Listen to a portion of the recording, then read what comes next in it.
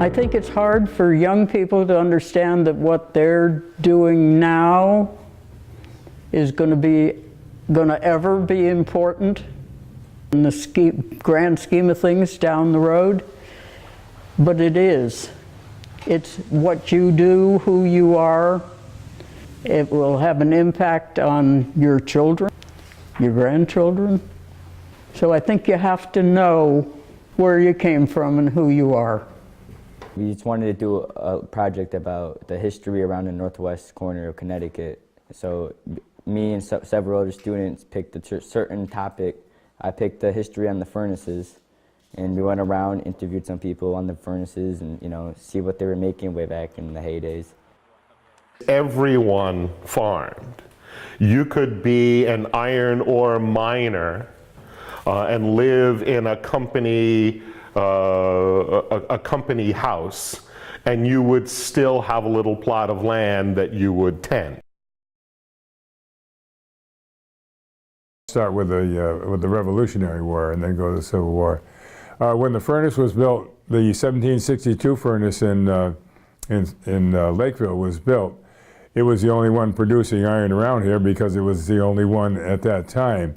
And then when the Revolution began, they put in a unit over there where they made cannon. They would put the cannon in the ground, and they would have a huge drill that came down and drilled a hole in it so you'd have the bore of the cannon.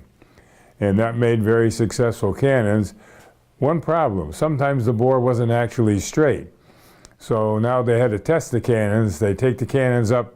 If you know where St. Mary's Church is in Lakeville, it wasn't there then. They take the church up on that hill, and then they'd fire the cannons out over where Harrington's is now into the old ball field and the bank on the other side. And they would check them, and they'd say, well, that one's a little less, 3 degrees off to the left. They put a tag on the cannon and put down, shoot 3 degrees left at 100 yards, and then it would be sent that way. And altogether, about 80% of the cannons that were used by the colonists in the Revolutionary War were made right there in Salisbury. Now this is a contemporary, well, it's a 1930s picture, but that's the front yard of that house where we lived, and we used to ski down the hill. But the reason I wanted you to see it is that I told you the railroad went past the house. But I want you to see the young woman here on the left, and behind her is a little shack. Now, it's before all the technology of having blinking lights and gates that come down and all that. So a man had to be there, or a person had to be in that shack. That was his job.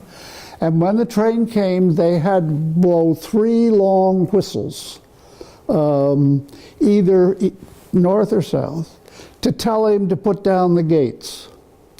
And so he would come out and he would wind down the gate. And then if it got dark and there was going to be a night train, he had to let the gates down, put a red lantern on the end of the gate, and then put them back up. And of course, as you can imagine, we children got to know everything about it next and do the next, because it's a picture you're going to see me 84 years ago.